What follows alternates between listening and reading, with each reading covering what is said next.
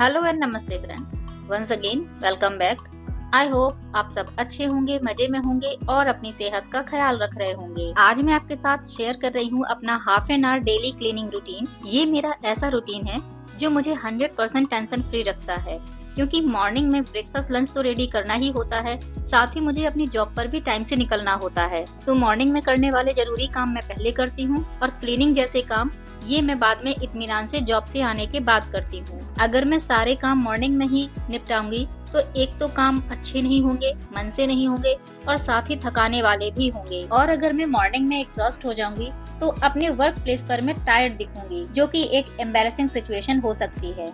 As a housewife, as a mother, as a home maker, हम सभी को अपनी रिस्पॉन्सिबिलिटीज को पूरा करने के लिए एनर्जी की जरूरत होती है, क्योंकि सुबह होते ही, दिन की शुरुआत होते ही हमारे लिए बहुत सारे काम हमारा बेसब्री से इंतजार कर रहे होते हैं, जो कि हमें बिना थके करने होते हैं। और वहीं अगर हम अपने आप को थका हुआ, एग्जॉस्टेड और ड्रेन्ड फील करेंगे तो ये जो हमारे घर के सारे काम हैं, हमारी जो जिम्मेदारियां हैं, वो कैसे होंगी। बच्चों की केयर, बच्चों की स्टडी, उनका फ्यूचर, फैमिली मेंबर्स, खुद की केयर, क्या हम इनको ठीक से कर पाएंगे। घर के हजारों काम हैं, वो कैसे होंगे। तो आज मैं आपके साथ ऐसी इम्पोर्टेंट बातें शेयर करूंगी जो हमारी एनर्जी को ड्रेन कर देती हैं, और ये एकदम सही बातें हैं जो हम में से लगभग 99% महिलाएं करती हैं। वो ऐसी हैबिट्स पालकर बैठी होती हैं जो हर टाइम खुद को थका हुआ, एग्जॉस्टेड फील करती हैं, आउट ऑफ एनर्जी फील करती हैं। उनका किसी भी काम को करने में मन नहीं लगता, किसी भी काम को करने का इंटरेस्ट ही नहीं रहता। और फिर इन्हीं हैबिट्स की वजह से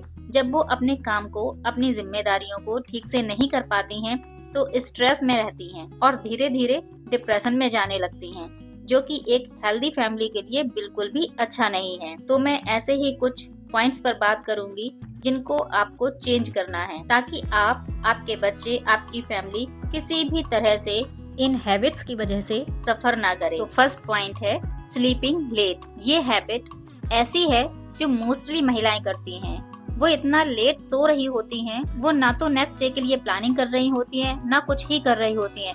सिर्फ बैठी हैं तो बैठी हैं, फोन चला रही हैं तो घंटों बिना मतलब फोन ही चला रही होती हैं, और या तो फिर वो टीवी देख रही होती हैं, और इस वजह से फिर वो लेट सो रही होती हैं। 12, 1, 2 बज जाता है, उन्हें होश ही नहीं रहता कि मॉर्निंग में उनकी जरूरत है। जब आप इतना लेट सोएंगे तो आप ही सोचिए, क्या आप में इतनी एनर्जी होगी या फिर क्या आपका माइंड काम करेगा?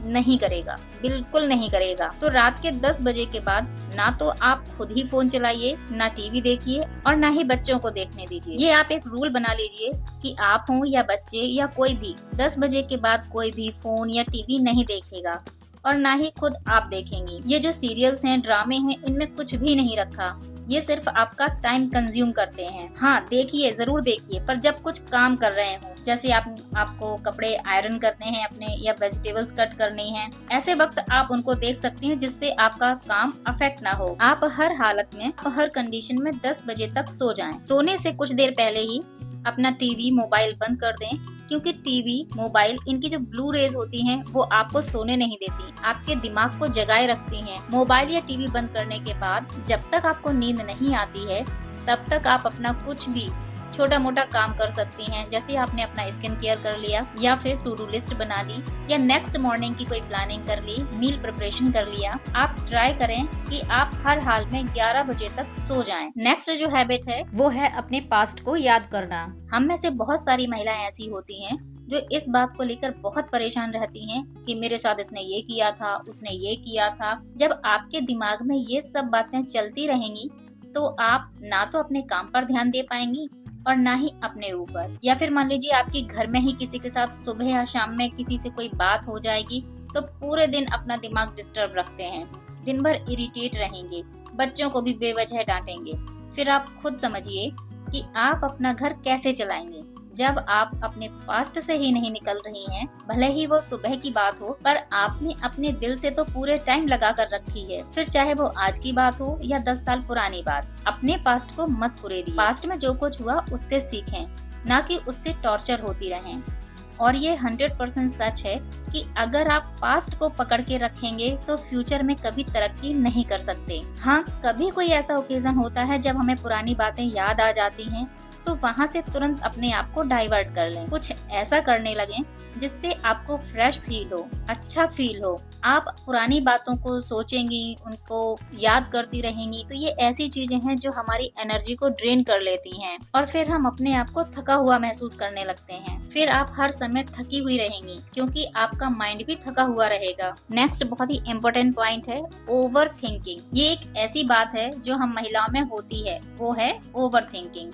अपने प्रेजेंट को लेकर, अपने फ्यूचर को लेकर, हर छोटी बड़ी बात को लेकर हम ओवर थिंक करने लगते हैं। ये बहुत ही बैड हैबिट है। अगर आप अपने प्रेजेंट या फ्यूचर को लेकर ओवर थिंक होकर सोच रही हैं या अपने बच्चों के फ्यूचर को लेकर इनसिक्योर फील कर रही हैं और ओवर थिंक करने लगती हैं, तो ये आपकी हेल्थ के लिए बिल्कुल भी अच्छा नहीं है। कोई भी चीज मुश्किल नहीं होती है, ये हमारी सोच ही है जो इसे मुश्किल और आसान बनाती है। तो सबसे बड़ी और पहली बात, अपने आसपास का माहौल जॉली बनाइए, खुशनुमा बनाइए, क्योंकि आप जैसा माहौल, जैसा दायरा अपने आसपास बनाएंगी, आपकी थिंकिंग वैसी ही होगी। जैसे हम न्यूज में कुछ खबर सुन लेते हैं या फिर न्यूज़पेपर में कुछ पढ़ लेते हैं, तो फिर हमारा दिमाग उसी के इर्द गिर्द घूमता रहता है और फिर हम ओवर थिंकिंग की स्टेज में आ जाते हैं।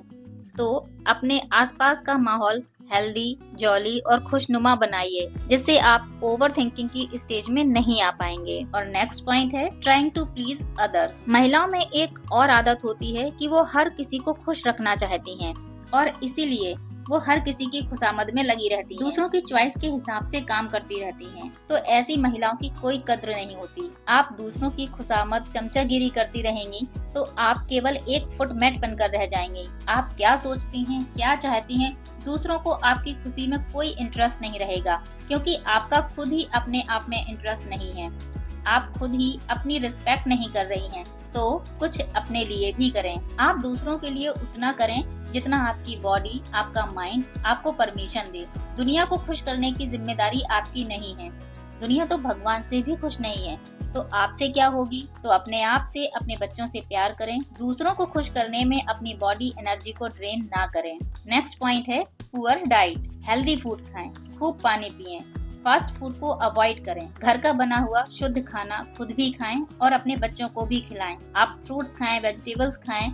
आप हेल्दी डाइट लेंगे तो आप हेल्दी रहेंगे, स्ट्रॉन्ग रहेंगे और खुश भी रहेंगे, क्योंकि कहते हैं ना, जैसा अन्न वैसा मन। So the moral of the story is, अपनी सेहत का ध्यान रखें, अपने टाइम का बेस्ट यूज करें। घर के काम हमारी प्रायोरिटी है और बाहर के काम हमारी चॉइस है, तो दोनों में अच्छे से बैलेंस करें और अपने काम को पार्ट पार्ट में करें। बेकार की बातों को इग्नोर करें।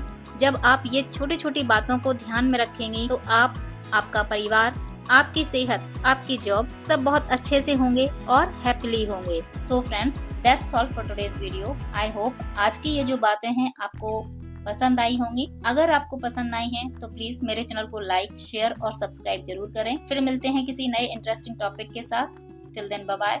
Always stay happy and healthy.